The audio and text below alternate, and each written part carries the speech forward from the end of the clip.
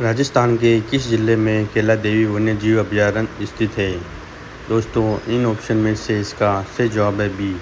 करौली में कैला देवी वन्य जीव अभयारण्य स्थित है। कैला देवी अभयारण्य करौली जिले में स्थित है और ये रणथंभौर टाइगर रिजर्व का हिस्सा है। यह अभयारण्य मुख्यतः बाघ, चीतल, सांबर और नीलगाय के लिए प्रसिद्ध है। यह 1983 में वन्य जीव संरक्षण अधिनियम के तहत अधिसूचित किया गया था।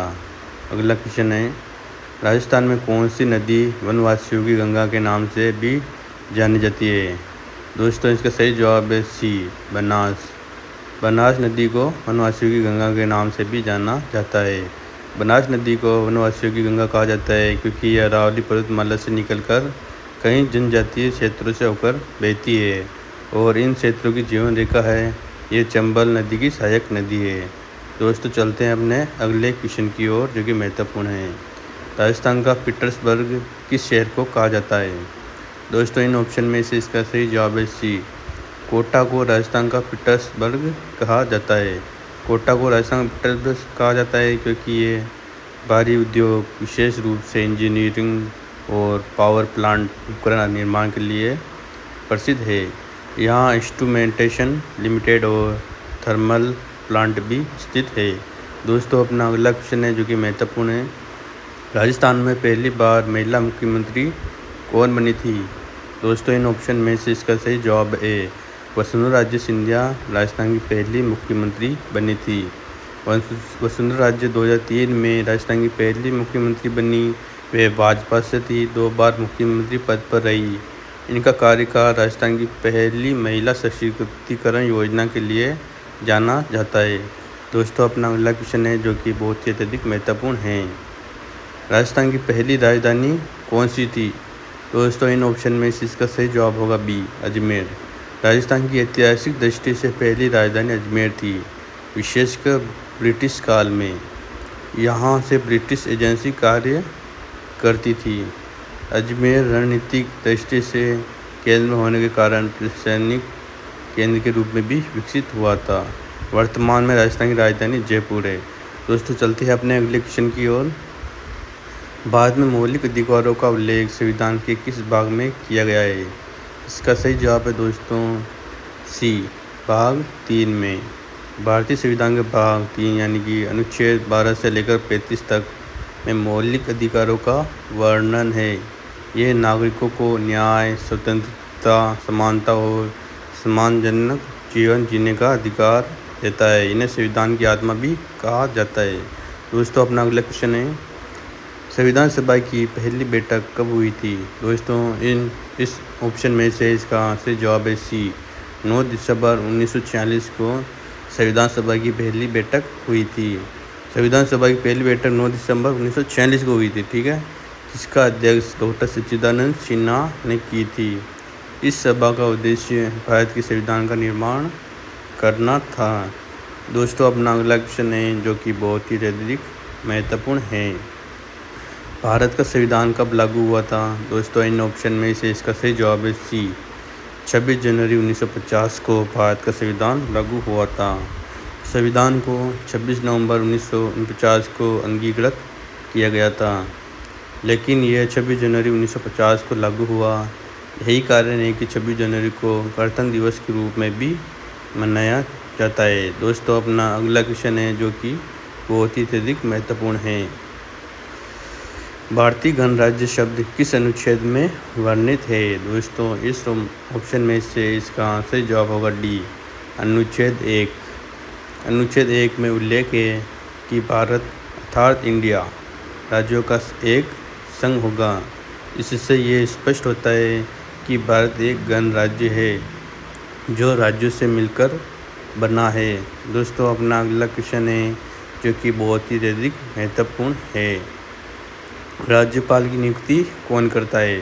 दोस्तों, इन ऑप्शन में से इसका सही जवाब है ए, राष्ट्रपति।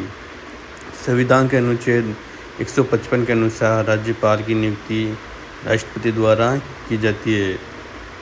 राज्यपाल राज्यों में केंद्र का प्रतिनिधि होता है और संविधान के तहत शपथ भी लेता है। दोस्तों, अपना अगला क्वेश्चन है जो कि बहुत ही अधिक महत्वपूर्ण हैं। चलते हैं अगले क्वेश्चन की ओर। इंदिरा गांधी शहरी रोजगार गारंटी योजना किस राज्य में सरकार द्वारा चलाई गई योजना है? दोस्तों, इन ऑप्शन में से इसका सही जवाब होगा सी, राजस्थान। यह योजना राजस्थान में 2022 से राजस्थान सरकार द्वारा चलाई जा रही है, जिसका उद्देश्य शहरी क्षेत्रों में बेरोजगारों को 100 दिनों का रोजगार उपलब्ध कराना है, ठीक उसी तरह जैसे ग्रामीण क्षेत्रों में मनरेगा है। दोस्तों, अपना अगला क्वेश्चन है जो कि बहुत ही अधिक महत्वपूर्ण है। राजस्थान में चिरंजीवी स्वास्थ्य बीमा योजना के तहत एक परिवार को कितने तक का वार्षिक बीमा कवर प्रदान किया जाता है? दोस्तों, इसका सही जवाब है बी, 5 लाख तक। मुख्यमंत्री अशोक गहलोत द्वारा 1 मई 2021 से शुरू की गई इस योजना में प्रति परिवार 5 लाख तक का निःशुल्क स्वास्थ्य बीमा दिया जाता है। ये देश की सबसे बड़ी सरकारी स्वास्थ्य बीमा योजनाओं में से एक है। दोस्तों, चलते हैं अपने अगले क्वेश्चन की ओर। राजीव गांधी ग्रामीण ओलंपिक खेल का मुख्य उद्देश्य क्या है? दोस्तों, इसका सही जवाब है बी, ग्रामीणों को युवाओं को खेल से जोड़ना है। इस योजना के माध्यम से राज्य सरकार ने ग्रामीण क्षेत्रों के युवाओं को खेलों की ओर प्रोत्साहित किया है। इसकी शुरुआत 2022 में हुई थी और इसमें बड़ी संख्या में ग्रामीण खिलाड़ियों ने भी भाग लिया था। दोस्तों, अपना अगला क्वेश्चन है जो कि बहुत ही अधिक महत्वपूर्ण है। मुख्यमंत्री किसान ऊर्जा मित्र योजना का उद्देश्य क्या है? दोस्तों, इन ऑप्शन में से इसका सही जवाब होगा बी, खेतों के लिए सौर ऊर्जा। इस योजना के तहत किसानों को कृषि कार्य हेतु सोलर पंप यूनिट देने की व्यवस्था की गई है, ताकि वे अपने खेतों की सिंचाई बिजली के बिना कर सके और बिजली पर निर्भरता घटे।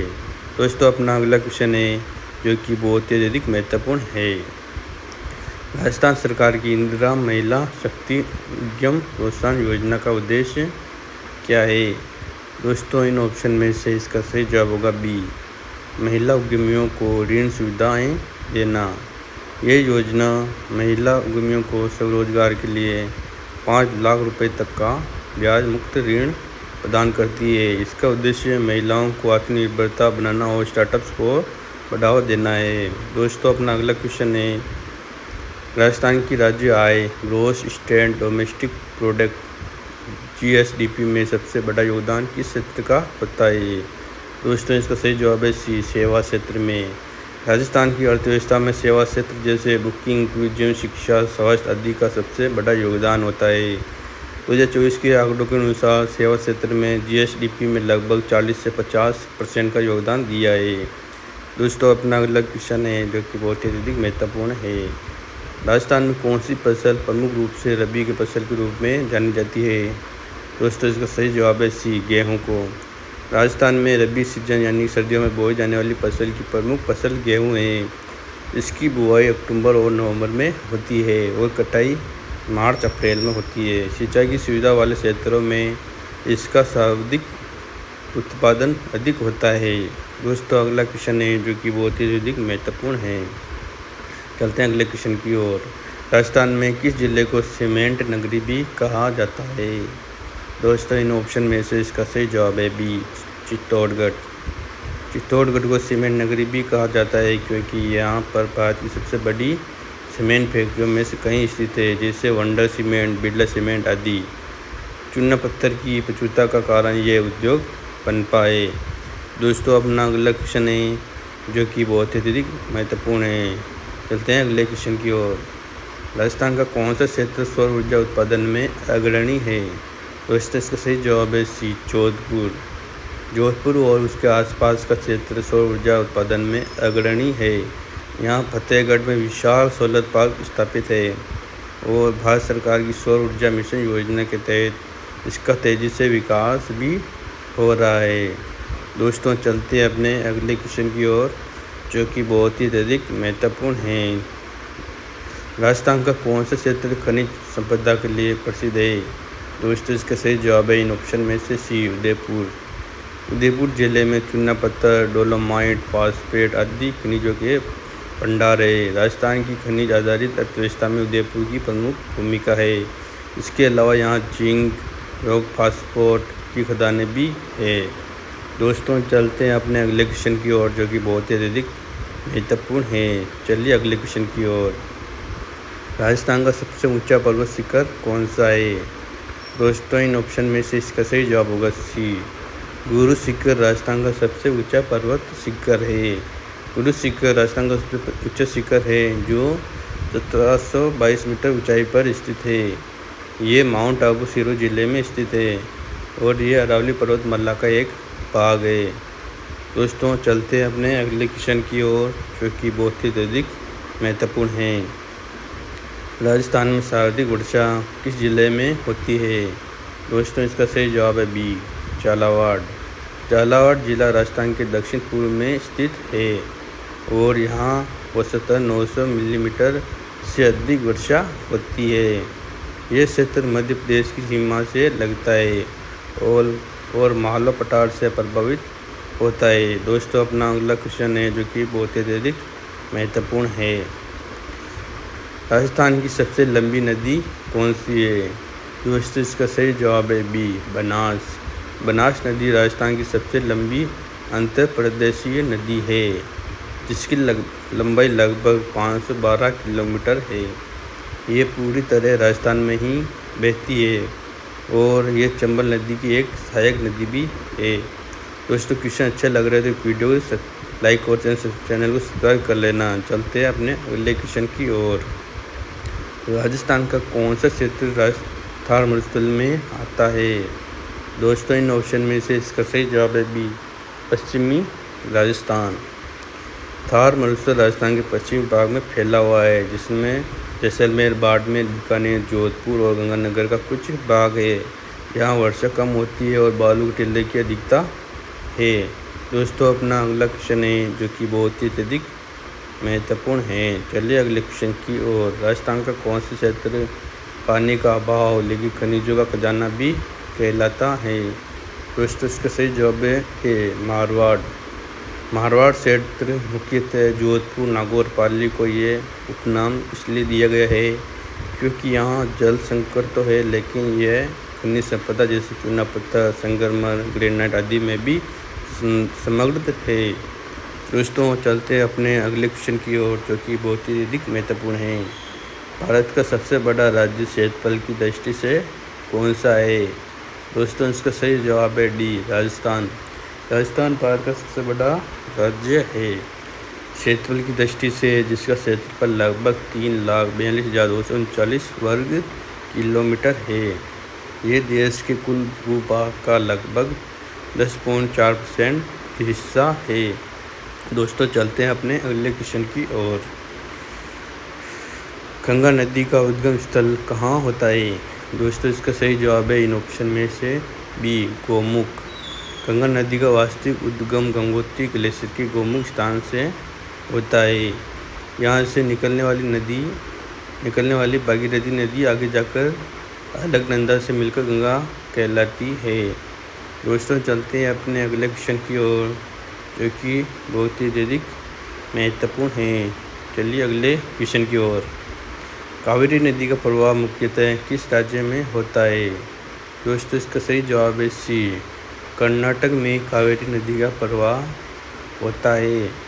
कावेरी नदी का प्रवाह मुख्य रूप से कर्नाटक और तमिलनाडु राज्यों में होता है। इसका उद्गम तालकावेरी कर्नाटक में है। ये दक्षिण भारत की नदियों में से एक नदी है। दोस्तों चलते हैं अपने अगले क्वेश्चन की ओर, जो कि बहुत ही अधिक महत्वपूर्ण है। भारत की सबसे लंबी तटीय रेखा किस राज्य की है? दोस्तों इन ऑप्शन में से इसका सही जवाब है सी, गुजरात की। गुजरात की समुद्री तट रेखा भारत में सबसे लंबी है, जिसकी लंबाई लगभग 1600 किलोमीटर है। इसमें कच्छ की खाड़ी और खंबात खाड़ी भी शामिल है। इसमें राज्य का व्यापारिक दृष्टि से लाभ होता है। दोस्तों चलते हैं अपने अगले क्वेश्चन की ओर, जो कि महत्वपूर्ण है। चलिए, नीलगिरी की पहाड़ियाँ किस राज्य में स्थित हैं? दोस्तों इसका सही जवाब है डी, तमिलनाडु। तमिलनाडु में नीलगिरी की पहाड़ियाँ स्थित है। नीलगिरी की पहाड़ियाँ तमिलनाडु में स्थित है और ये पश्चिमी घाट है, पूर्वी घाट के संगम स्थल पर है। यहाँ पर प्रमुख स्थल ऊटी है, जो एक लोकप्रिय हिल स्टेशन है। दोस्तों चलते हैं अपने अगले क्वेश्चन की ओर, जो कि महत्वपूर्ण है। मानव शरीर में सबसे बड़ी ग्रंथि कौन सी है? दोस्तों इसका सही जवाब है सी, यकृत यानी कि लीवर। यकृत मानव शरीर की सबसे बड़ी ग्रंथि है। ये पाचन में सहायक पित्त रस का निर्माण करती है, जो वसा के पाचन में मदद करता है। ये शरीर की विशेषता को भी नियंत्रित करता है। दोस्तों अपना अगला क्वेश्चन है, जो कि बहुत ही अत्यधिक महत्वपूर्ण है। चलिए अपने अगले क्वेश्चन की ओर। डीएनए की दोहरी कुंडली की संरचना की खोज किसने की थी? दोस्तों इसका सही जवाब है बी, वाटसन और क्रिक ने। जेम्स वाटसन और फ्रांसीसी क्रिक ने 1953 में डीएनए की दोहरी कुंडली संरचना की खोज की थी। इससे ये समझना संभव हुआ कि आनुवंशिक जानकारी कैसे संरक्षित और स्थानांतरित होती है। दोस्तों चलते हैं अपने अगले क्वेश्चन की ओर, जो कि भारत की पहली स्वदेशी रूप से निर्मित कोविड-19 वैक्सीन कौन सी थी? दोस्तों इसका सही जवाब है बी, कोवैक्सीन। कोवैक्सीन भारत की पहली स्वदेशी कोविड-19 वैक्सीन थी, जिसे भारत बायोटेक और आईसीएमआर ने मिलकर विकसित किया था। इसे 2021 में भारत में इमरजेंसी उपयोग की मंजूरी दी गई थी। दोस्तों चलते हैं अपने अगले क्वेश्चन की ओर। इसरो द्वारा 2023 में लॉन्च किए गए चंद्रयान-3 मिशन का उद्देश्य क्या था? दोस्तों इन ऑप्शन में से इसका सही जवाब है सी, चंद्रमा की दक्षिणी ध्रुव पर सॉफ्ट लैंडिंग करना। चंद्रयान-3 मिशन का उद्देश्य चंद्रमा के दक्षिणी ध्रुव पर सफलतापूर्वक सॉफ्ट लैंडिंग करना था। यह भारत का पहला ऐसा मिशन था जिसे यह मुकाम हासिल हुआ कि भारत ऐसा करने वाला पहला देश बना है। दोस्तों चलते हैं अपने अगले क्वेश्चन की ओर। कंप्यूटर की कार्यक्षमता का मापन किसमें किया जाता है? दोस्तों इसका सही जवाब है सी, गीगाहर्ट्ज में। कंप्यूटर की प्रोसेसिंग स्पीड को गीगाहर्ट्ज में मापा जाता है। ये बताता है कि सीपीयू 1 सेकंड में कितनी क्रियाएं कर सकता है। जितनी अधिक गीगाबाइट उतना तेज प्रोसेसर होता है। दोस्तों चलते हैं अपने अगले क्वेश्चन की ओर, जो कि बहुत ही अत्यधिक महत्वपूर्ण है। भारत में 1857 की क्रांति की शुरुआत कहाँ से हुई थी? दोस्तों इसका सही जवाब है बी, मेरठ में। 1857 की क्रांति की शुरुआत 18 मई 1857 को मेरठ से हुई थी, जब भारतीय सिपाहियों ने अंग्रेजों के खिलाफ बगावत कर दी थी। इसे भारत की पहली स्वतंत्रता संग्राम भी कहा जाता है। इसके बाद दिल्ली, झांसी, कानपुर आदि में विद्रोह फैला था। दोस्तों चलते हैं अपने अगले क्वेश्चन की ओर, जो कि महत्वपूर्ण है। भारतीय राष्ट्रीय कांग्रेस की स्थापना कब हुई थी? दोस्तों इसका सही जवाब है ए, 1885 को। 1885 को भारतीय राष्ट्रीय कांग्रेस की स्थापना हुई थी। भारतीय राष्ट्रीय कांग्रेस की स्थापना 28 दिसंबर 1885 को ए.ओ. हुम्स के प्रयासों से मुंबई में हुई थी। इसके पहले अधिवेशन की अध्यक्षता W.C. बनर्जी ने की थी। दोस्तों अपना अगला क्वेश्चन है, जो कि महत्वपूर्ण है। सविनय अवज्ञा आंदोलन कब शुरू हुआ था? दोस्तों इसका सही जवाब है बी, 1930 को। सविनय अवज्ञा आंदोलन की शुरुआत 6 अप्रैल 1930 को महात्मा गांधी ने दांडी यात्रा के माध्यम से की। इसका उद्देश्य नमक कानून का उल्लंघन करना था। वो ब्रिटिश शासन की अन्य नीतियों का विरोध भी करना था। दोस्तों अपना अगला क्वेश्चन है, जो कि बहुत ही अधिक महत्वपूर्ण है। चलते हैं अगले क्वेश्चन की ओर। भारत छोड़ो आंदोलन का नारा किसने दिया था? दोस्तों इन ऑप्शन में से इसका सही जवाब है सी, महात्मा गांधी ने भारत छोड़ो आंदोलन का नारा दिया था। महात्मा गांधी ने 1942 में भारत छोड़ो आंदोलन के दौरान करो या मरो का नारा भी दिया था। यह आंदोलन ब्रिटिश शासन को भारत से बाहर करने के लिए एक निर्णायक प्रयास था। दोस्तों चलते हैं अपने अगले क्वेश्चन की ओर, जो कि अंतिम क्वेश्चन है। काकोरी कांड किससे संबंधित है? दोस्तों इसका सही जवाब है सी, सरकारी खजाना लूटना। काकोरी कांड 1925 में हुआ था, जिससे क्रांतिकारियों ने ब्रिटिश सरकार का खजाना लूटने के लिए लखनऊ के पास काकोरी रेलवे स्टेशन पर ट्रेन रोककर डकैती की। इसमें राम प्रसाद बिस्मिल, अशफाक उल्ला खान, राजेंद्र लोहड़ी आदि शामिल थे। दोस्तों, अगर यह क्वेश्चन आपको पसंद आया तो वीडियो को लाइक और चैनल को सब्सक्राइब जरूर कर लेना। मैं आपके लिए और आगे अच्छे क्विज या लेकर आता रहूँगा। तब तक के लिए धन्यवाद।